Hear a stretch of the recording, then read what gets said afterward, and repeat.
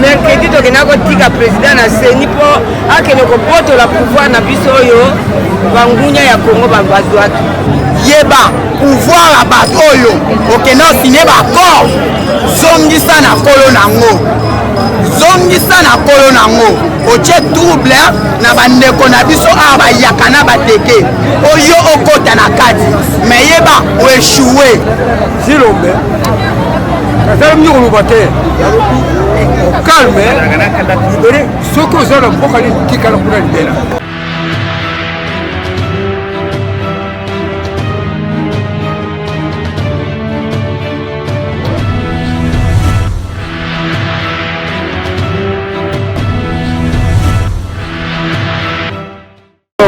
mwana mboka message na yo na mokolo ya lelo mpona déploie candidature ya mwana mboka oui message na biso en tant que population d'abord je remercie le président élu Martin Fayulu le président réellement élu en 2018 la candidature du président élu Martin Fayulu ezali candidature oyo ezali biso toyebisi apesa et Martin Fayulu yamboto yebisi pe apesa le président élu n'a pas refusé d'être candidat aux élections c'est le seul président et le seul parti politique SID oyo asalaki congrès ya yambo na Kisangani et désigné ye azala candidat aux élections de 2020 donc le président élu n'a pas refusé les élections ndeko journaliste olobaki tolamba fufu tolia mais tolamba fufu ya malamu mapesa wa ntango tozoloba tokende baélection mais baélection malamu élection eza na transparence elingi koyeba nyonso bokosala baparti prenante nyonso bazala convaincu est-ce que c'est ça un péché lelo kokamwa kotala na bapaster bazokondane moto azolite mpo na vérité lumière emona na bisika moko molili eza le même bapaster wana bazobenga Fayulu un aventurier nous avons accepté ofingi Fayulu okofinga Fayulu est le seul président de la République 2023 en 2023 le seul président de la République démocratique du Congo en 2023 et nous sommes déterminés mpona mpona bandeko na biso ya UDPS en fait oyo bazali kosali répression ya président balobi atambolaki na bakulu na jour akendaki kotika candidature na ye bayibaki babetaki nini okoki kopesa message mpona bandeko ndeko journaliste soki lelo bato ya UDPS balobi ke Martin Fayulu a recruté bakulu na d'abord na beti maboko c'est que Martin Fayulu na mbongo ebele mais biso toyebi parti ya bakuluna eza UDPS en commençant par le du progrès qui on appelle du progrès le du progrès c'est une association de kuluna de Kinshasa le du progrès c'est un service de sécurité privé de M. Félix Tshilombo, de M. Augustin Kabouya. Mais dans le du progrès, il n'y a que des coulonneurs. Les journalistes sont témoins. Dans le but, il y a des coulonneurs. Moi, on a océan à Zalaki. Il y a des coulonneurs. Félicitations. Naza coulonneurs. On a beaucoup d'anga. L'appellation, nous sommes biso pour te libérer Mboka. Nous sommes là. Papa, nous sommes coulonneurs. Frère, nous sommes bondo le sous. Papa, qui c'était? Papa, qui c'était? Papa, qui c'était mon bondo. Dans le journaliste, nous avons dit Bilili. Nous avons cadré Martin Fayulu Tina de Seni. Nous avons dit des ordres. Nous avons déposé candidature dans le Konjambok. Nous avons dit des ordres. Mais comment il y a eu des PCA du progrès? Na 12 heures, il y a un bois.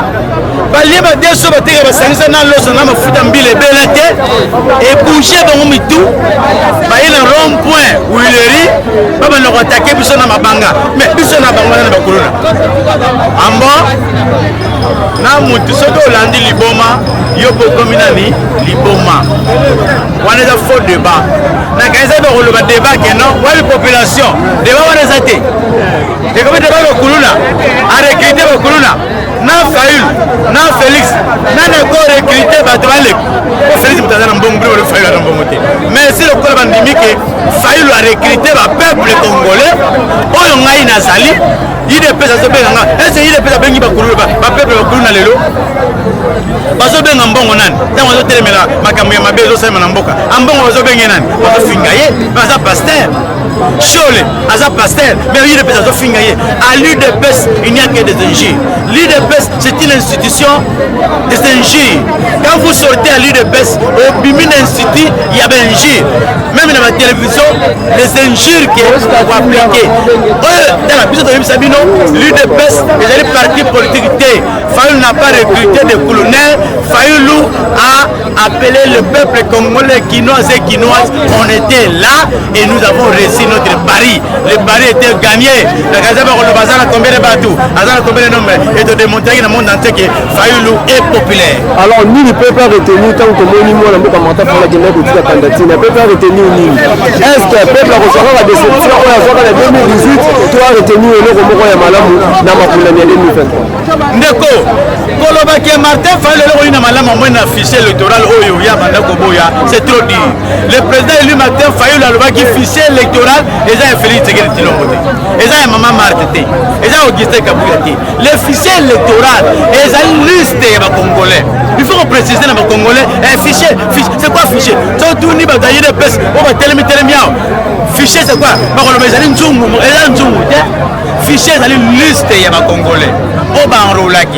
Bon, on a machine à voter. Et bah ça qui va accident, bah ça y est kuna. Pas personne n'a beaucoup de bac. Bah toi bah ça y est liste de la Maboko. Liste de Wane dans Maboko na Bango. C'est pourquoi contrôler Salema. À l'époque de Joseph Kabila, on va m'appeler qui Rwandais. Et Salema raté 2006 et Salema 2011 et Salema 2018 et Salema qui? Comment M. Félix Tshisekedi Oyo? À ce terme, ça me s'appelle parce que l'état de droit. Son pas yo raté et nanga yamwa lobby le lot c'est un usurpateur nanga lobby il a été nommé par nomination son Wane zo sala bango de pesa sur la TV. Fayulu est là. De soutenir Fayulu, fils électoral au va contrôler Fayulu aïe à l'objet de Rokenebe Bongo. Bongo total, monteur Koyiba, l'élection. Mais Yambokoya, le partenaire, il y a Congo, ma partenaire à Congo, niveau international, non à niveau national, précisément SCC catholique, si ma garantie na président à l'objet de la CENI Nabiso. Pour un résultat à temps réel et le même résultat nous allons publier un résultat wana pour qui est sorti président. Ce qui Félix, on le publie Félix. Ce qui Fayulu, on va publier Fayulu. Et lui on va dire Sénico, on a un résultat, on va publier nécessairement Fayulu. On va publier un résultat, il y a Mouto Monique, il y a Mouta Saïnene, il y a Mouta Bimi, et l'assurance wana et Memi Bisso. Oh, après c'est ma député Mbosso, Ndeko. Mbosso n'a parti n'a pas pris député mais Mbosso a pris candidature.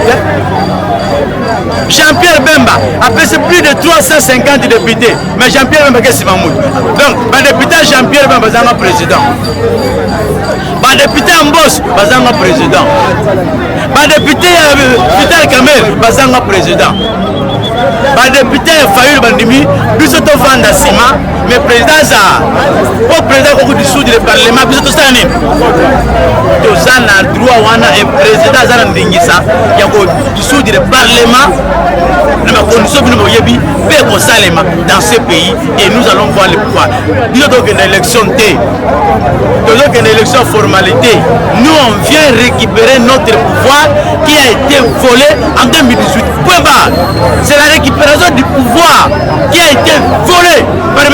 Félix Tshilombo, par Nanga et par Joseph Kabila. Et 2023, bateau de Tchatem. Bendele Komata, pour tous les combattants, Makale Kotika. Le seul pouvoir de Fayulu à Salah Moussala, des journalistes. Donc, il y a ça bataille de fesses. Bateau Lamouka, précisément Bateau Martin Fayulu, précisément Océan au Télémiao. Lieutenant et soldat du peuple, Martin Fayulu, vacciné numéro 4, a 5 débats contradictoires entre Fayulu et Félix. Si on regarde en anglais, nous sommes d'accord. C'est où les gars français, nous sommes d'accord. Débat contradictoire. Yami Balé, basta le débat contradictoire, va publier qu'il suit Moko na Moko. Un président de la République a appelé ses candidatures naïe. Batang a bêti de fête naïe. Moko, il est très à bout. Bien, on ne peut pas faire encore des illettrés dans la tête du pays. Va publier ma plombe na Bango. Qui est Félix Tshisekedi? À sa classe nine, faculté nine, à ce niveau nine. On ne peut pas prendre des gens comme ça d'emblée. On les nomme président de la République, diplôme là, il est évité. Comme ministre, comme premier ministre, attends moi tu as été public, rien pour inaugurer. Babongisi moi des chambres salon à Bitabawa, babengi en osoki pavillon moko, babongisi ba che peinture. Atongite, yé une gazo yambam, akata riban. Akata no kate la mona na Belgique. 2023, Fayoulou, président. Merci beaucoup. Merci mon ami. Merci, félicitations au président Eli Martin Fayoulou. Bandeko, bata IDPS bazo kamwa. O bavantir o basali na mboka oyo eleki batelengani. Ezalaki Tshisekedi akeli ko postuler sous. Pona ni na kete akangami wapi? Ya za président azaki président na mboka oyo pendant 5 ans. Mais pour nous, à quelle candidature tu es, les autres batailles IDPS. Parce que ça. Très de très en marche. Très en Zawa. La tout le monde de bataille IDPS. Qui se quitte à José Lenini pour accueillir postuler pour Asa nulle part. D'été, la villa nae 887 voyages. Yamoussalani. Yelo Zawa. Minute aux années de Lumbashi, à quoi il y a un téléphone pour partir, mais il dépasse parce que les salaires awa. La minute à qui est sous cop, population parce que c'est awa qui est postulé. Le bien qu'on y a été. Atia Tembe n'a Fayoulou lutter. Fayoulou a récupéré pouvoir les Malembe. Élection, ils allaient aventure. Cafouillage. Qui se quitte à Tanzanie, qui est Mboko, le coup la pousse. Et chez les journalistes, population, Bazana Kanda. Population, Bazana regret. Population, Bazana souci. Population, tous ceux qui ont appliqué l'article 64. IDP sont les partis politiques, les familles à Batongo Boé. IDP c'est ma Panzani, mais chez les journalistes. Dans la minute où il y a Zali Wapi, à quel niveau postuler.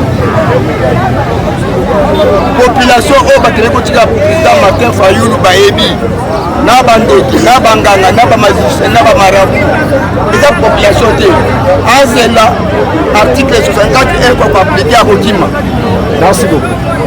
Bon, message na les aboyés. En tout cas, félicitations à la population nyonso qui a décidé la mouka en particulier. On va dire que le président est à Seni. Le monde entier va mourir.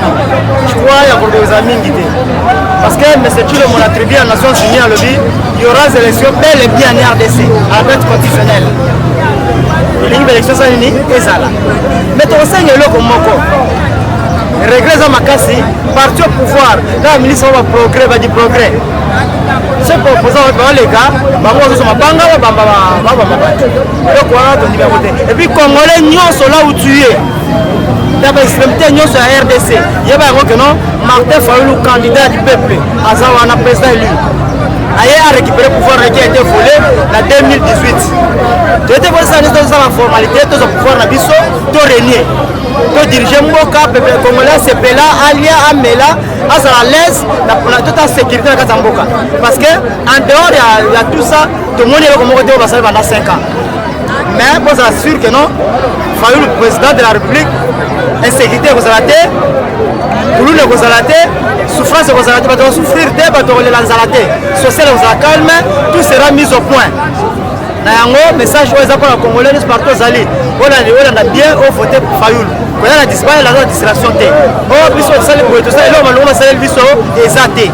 Tout le monde a dit qu'on a salué le biseau zaté. On a salué Martin Fayoulou. Merci Malou, pour Congo qui est en avant. Merci beaucoup. Merci pour la présidente Eli Martin Fayoulou. azopesa biso bokasite jour au jour tokutana awa na ntene po tolobaka oyo eza nécessaire. Mais mpo na ngai badi progrès oyo bango bazoloba badi progrès bazobeta bamabanga bazosala nyonso nabangeli bango te selon article 64 ya constitution. Mais eloko ya liboso nalingi naloba oyo eza motuya mpo na ngai naza na susi ya bandeko na ngai bavandi na kwa mutu na fumukinto nga mpenza naza moyaka ya solo mwana chef coutumier ya territoire ya Kasongolinda. Susi na ngai tobunda bitumba oyo tokende yango ntina suka bato oyo bino bopesi confiance na ngambu wana oyo ya mboso kodapwanga nalingi nayeba nani date nini kodapwanga oyo ya mbota mboso.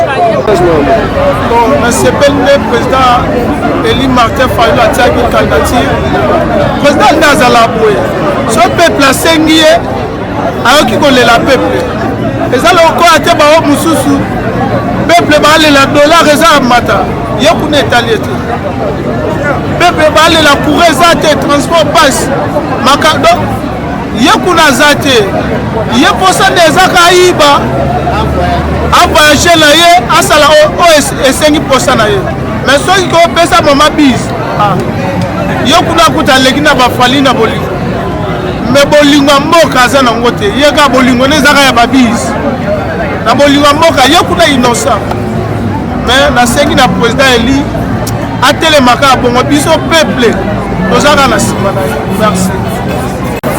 Peuple congolais bozotala ngai bozomona ngai mercredi tokenda kotika président na seni mpo akende kobotola pouvoir na biso oyo bangunya ya Congo bazwaki bino bangunya ya Congo totiki na bino ngonga boyibi bosali nyonso bokomi peuple ndenge bolingi bomoni bino na 2000 na fe ya nani ya donc na décembre bosala na bino eloko te po biso toso to récupérer pouvoir na biso oyo bamingi bakufaki na émotion mokolo ya baproclame résultat 2018 Tshisekedi napesi yo merci na ndenge osali buzoba na Congo osali buzoba makasi obebisi mitema na biso otini bandeko na biso na mboka bagwe oyo ekanaki bango te kotungisama na yo te kodepose pete mpo kozwa na yo te ata 0,0 kozwa na yo te moto lokola mbema nazokamwa yo bana 2017 tosutenaki yo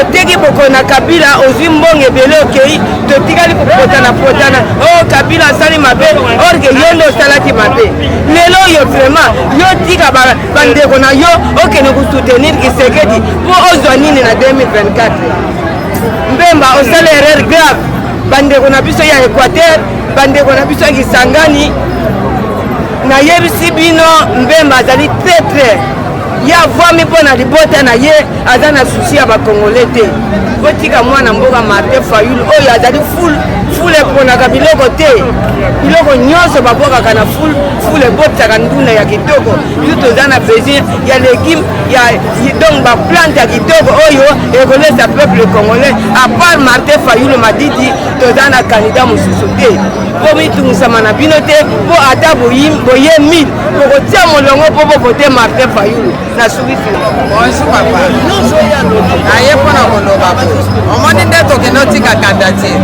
président aza ye moko parti na ye kaka ye moko eside toza ata na alie te o boye na boye bino bolobaki boye moto asali Fayulu eza Bemba eza Katumbi eza Muzitu bango nyonso basi bakenda omoni ndenge biso tolakisi bino boza mike boza bana idepesa kokenda aza na balie na ye me Fayulu ake kaka ye moko yango wana biso toyebisi Kadima omoni nanga lelo aza wapi nanga kenda exil ake exil yo Kadima na Chilombo na Kabila bokolanda nanga bokolanda nanga na exil na oyo mabe oyo ye asala na pouvoir oyo ya biso ayiba moni lelo esengwa nanga lelo eza wapi rdc okomotala ngo na musika ozomona ngo na musika ndenge moko na Chilombo kokanisa te ke okomona Congo awa okomona ngo na exil okozala na CPI na buzoba na yo oyo moyibi na bino na Kabila na yo o bino bosala biso mabe lelo ngai kutu nazala na kanda ya Kabila na pouvoir na biso oyo yo yiba osakani na pouvoir na biso oke kokwaka ngo na bambwa oke kokwaka pouvoir na biso na mbambwa lelo tala RDC ndenge ekoli tala nde biso tozonyoba toza na bana bazotanga te toza na bana bafandeli biso na bandako misala eza te nasepeli mese journaliste nalingi naloba na mbongo ya liboso nanu napesi merci na population ndenge tokenda kotika président Martin Fayulu Madidi ebele bakanisa eke biso président donc aza na bato te ndenge matata mpo na kei Moïse Katumbi akei bakanisi ke Fayulu akokoka te me tolakisi bango ke aigle aotikaka aigle comme te mposala bango ezalaki président atia candidature te mpo bango bakata matata mpono bakata Moïse Katumbi comme tel bamoni aigle Adam ake kotika candidature na ye esika babel nini liboma mais elo nazoyebisa yo kadima yoka bien omoni soko osali baje oyo nanga asalaka na 2018 eza 2023 te keba soko olingi mboka ekende na kimia baélection ezala kimia il faut salisa baélection ya malamu soki kaka omeki kaka kosala buzoba oyo eleki na 2018 yeba nini boloko na yo eza sa mabele tokotelemisa bakoko kaka mabele oyo tozosouffrir mabele oyo tokotelemisa bakoko mpona mabele na biso tokotelema Chilombo nafindi yo te me nalobi gestion na yo ya mabe mboka ezosouffrir yo kaka voyage yo kaka ambiance ozoyeba te bana bazobima ndenge nini bana bazovivre ndenge nini yo comme tel manano esili yeba pouvoir ya bato oyo okende osine bakor zongisa na kolo nango otie trouble na bandeko na biso awa bayaka na bateke oyo okota na kati me yeba oeshue kaka trouble oyo otie ezobalukela yo Chilombo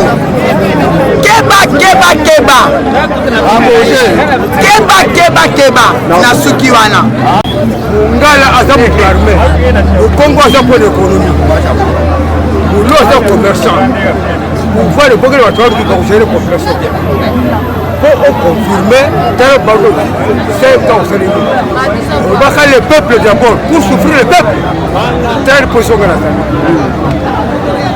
okomi mboka to obongisi mboka Chilombo nazali mingi koloba te calme libere soki oza na mboka nini tikala kuna libela epaloso ozali tikala kuna libela ozali génocidaire obomisi mboka oteki mboka okaboli mboka ozwi bagarde républicaine barwandais mpo basala sosi na ngai eza boye nalingi natuna nkumu ya kuluna ewuti wapi mpenza nkumu ya kuluna ewuti wapi banda bakoko na biso batika biso toyoka nkumu ya bakuluna te me lelo partout ozokende kaka ozoyoka kuluna awa kisasa bitume ezali na bateke awa combien de kilomètres awa kisasa na bateke bato bakufa mais président oyo akami mbuka azali wapi bitume ezali na bateke awa aza wapi mpenza po tutano tozala na bavote na bamboka kuna toyoka toizalaki na baire tozalaki koyoka nkumbu ya Chilombo te me tokamwe ke lelo ke Chilombo akumi président me abimi ndenge nini tolingi Martin Fayulu azwa pouvoir na ye na ndenge babotanaki pouvoir ya Martin Fayulu lelo bazongisa pouvoir na ye moko akama mboka na ye banzela ebonga akutana mutu moko te azali président ya mutu nyonso oyo baza kolinga ye ti lombo azopesa bango mbongo baza kolia oyo bafana na ye me biso bato toza kolinga ye te na basi oyo ya ngai yango wana ti lombo yo wandana tala nde kati oyo opesa biso kati elongo nyonso elongwa yo oza zoba président étiquette okende kozwa nde masini ya moyibi tolingi nde olongwa nde na pouvoir pesa nde lamuka amema biso soki amemi biso Martin Fayulu tozala nde bien ngai nazosouffrir natanga nasilisa classe ni mosala eza te nalingi nde papa na ngai lokola Martin Fayulu azwa bokonzi amema biso apesa biso bakarte bien tomema nde na Congo yo ti lombo oza zoba papa na yo kuta boya nde